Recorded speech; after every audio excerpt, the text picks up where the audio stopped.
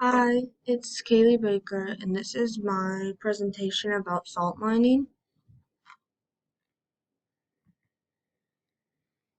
What I thought would happen, I think that salt and pepper will stick to the balloon, and the balloon will cause a static electricity.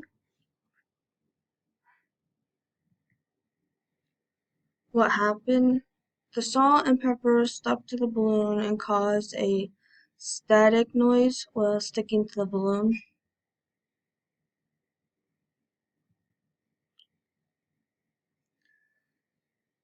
Why I think that the reason the salt and pepper stuck to the balloon because the balloon with the air causes salt and pepper to go paralyzed, bringing them to stick to the balloon to separate.